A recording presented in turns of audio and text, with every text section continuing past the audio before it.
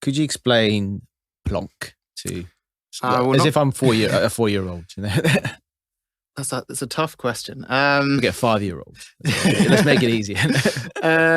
Okay, so I usually think about it as what is the purpose of PLONK? So if we back up a second and we kind of imagine the world where we have public transactions going across a blockchain, and we have blockchain nodes that are producing blocks and they're validating the transactions. They can perform kind of simple maths that like 4-year-old or 5-year-old can understand, like checking the balance before a transaction and after a transaction and ensuring that there's no double spends and kind of the rules of the blockchain have been followed. If you start to kind of encrypt data and add privacy, you can no longer do that because if I just encrypt some data and put it in a transaction, you can no longer test anything about that data. So this is where kind of the quite unique at the time, it's becoming very much more popular now, but quite unique branch of cryptography came about or came into widespread attention, which is ZK snarks. So what ZK snarks enable you to do is have a proof of the computation and have that be validated by a third party, and also hide information. So you can kind of, in this proof, effectively prove that you've validated the correct running of a program, but without actually revealing all the information that you need for a third party to do that. Mm-hmm. So there's a lot of analogies about kind of people going through caves, or my favorite one is the Where's Wally analogy. We have a nice kind of black tablecloth here, or tabletop, but imagine there was like a Where's Wally board underneath, and I cut out a shape of Wally kind of in this black tablecloth, and the Where's Wally board was underneath. If I wanted to prove to you where Wally, I knew where Wally was without showing you where he was, I could kind of move this kind of black cloth around, and if you couldn't see the edges, you kind of know that I knew where he was, but you still wouldn't be able to find him yourself. Right.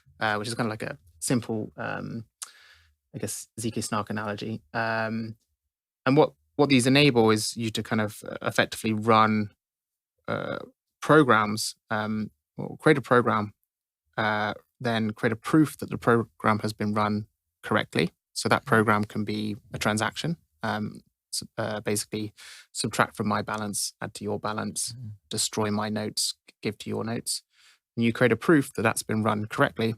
And instead of submitting the transaction with all the public data on the blockchain, you send the proof to the blockchain. And the proof hides this information and gives you a form of privacy. And to go back to the original question, what PLONK is and why PLONK was invented, ZK snarks are very, very computationally intensive. So I think there's a stat that I think a computation is about 1 billion times more complex in a ZK snark. So it's very, very computationally intensive to kind of run. Like if you compare running a computation to proving running that you've run a computation correctly, it's like several orders of magnitude slowdown in performance. And they also had this other property where the historical ZK snarks, they needed a trusted setup to be run per program, effectively. Mm-hmm. A trusted setup, you may be familiar with the Zcash kind of setup ceremony, it's basically a large group of people generates a string of random numbers.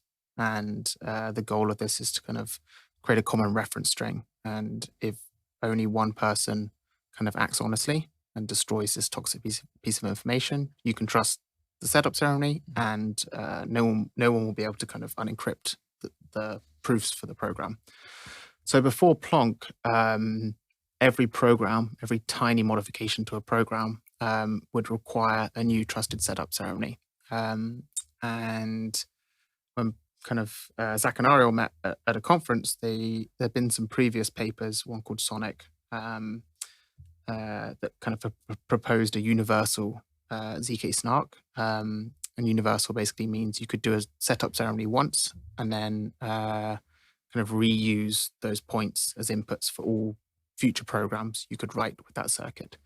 So PLONK was kind of some iterations on some of those papers, and it presented some massive speed ups in prover time, and also kept that universal nature. So you didn't need to regenerate these setup parameters for every single program that you wanted to write. So that was invented, I think, in 2019, 2020. Yeah, basically for the first time enabled you to kind of write these quite complex programs that could be actual kind of user transactions and submit them to a blockchain for validation. And the most important part, I guess, is that PLONK was fast enough that you could construct the proofs for these programs on a client device, so like a mobile phone or in a web browser. Because in order to give end-to-end encryption, you can't trust third-party middlemen. This has to happen local to a user's device.